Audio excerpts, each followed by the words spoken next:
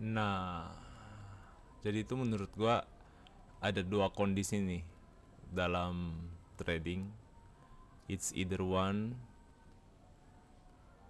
kena AOI atau B nggak kena AOI. Bukan berarti nggak mungkin keduanya terjadi, ya mungkin banget gitu. Tapi more often than not, one of them yang terjadi, it's either AOI-nya mungkin ketinggian atau terlalu kerendahan, atau uh, another situasinya adalah ada di tengah-tengah. Jadi contohnya AOI-nya di sini, support resistance-nya di sini, cuman harganya lagi di sini gitu kan. Nah, itu yang antara situasi 2 atau situasi 1. Kalau situasi 1 kan untung ya, maksudnya oke lah kita paham cara nge-trade-nya. Sedangkan ini kan kalau nggak kena itu yang agak sedikit how to-nya kan itu ya. Nah, mungkin itu yang cara kedua ini lebih pakai yang quality itu kali ya. Gue juga nggak bisa jelasin, cuman recent 15 minute recent high, recent low, terus ada nge-sweep, making lower low, shift, terus pullback, terus naik ke atas, targeting opposing liquidity gitu. Itu yang bisa dipakai kalau misalnya nggak ada AOI. Sedangkan kalau ada AOI berarti kita harus nunggu dulu. Nggak harus nunggu sih, cuman kita kayak harus react, baru kayak masuk AOI sini, baru type 3 buat dia makin ke bawah gitu kan. Nah, emang best worldnya adalah kedua ini kejadian secara bersama-sama gitu kan ya. Ada di dalam AOI, terus juga shiftnya terjadi di dalam AOI buat dia naik ke atas lagi atau turun ke bawah.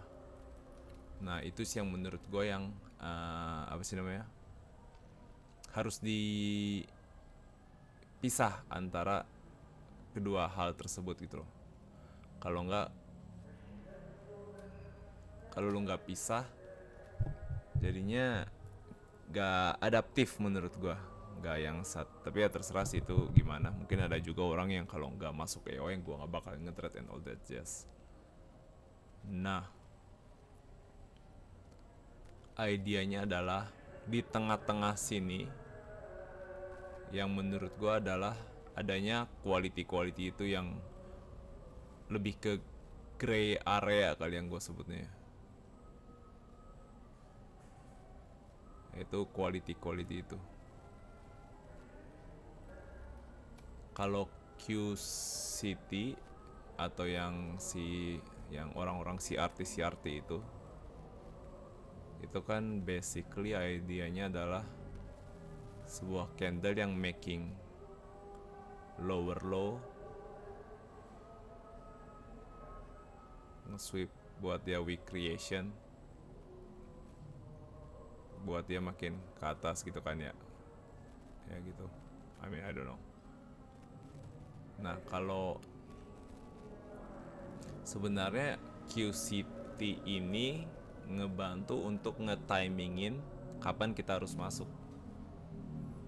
Karena kalau misalnya let's say nih trade yang mana ya, anjir suara azan.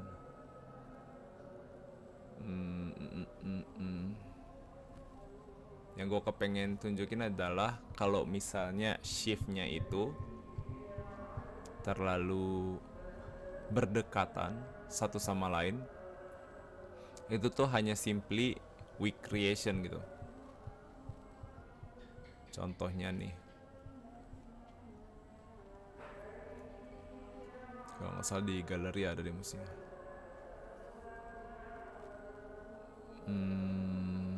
Mana ya? Nah ini dia nih.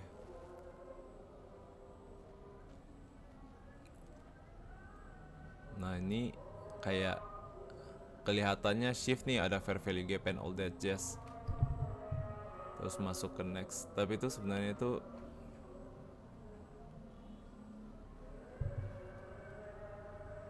bro, kayak ini nih, ada shift. Padahal tuh ini kalau dipikir-pikir 15 menitnya juga masih downtrend, 30 menitnya juga masih downtrend, apalagi 1 hournya sangat amat downtrend gitu kan ya. Jadi mestinya harapannya sih bisa kagak kegocek yang kayak ginian, I guess. Satu sisi ya itu sih gunanya QCT, jadi makin yakin aja gitu loh kalau misalnya untuk ngetimingin harga pasnya itu kapan buat kita masuk.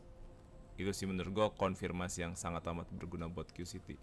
Cuman buat QA dan QB itu, nah itu sih yang gue honestly speaking juga masih nggak jelas, nggak ngerti. Ini talking out loud gue ya.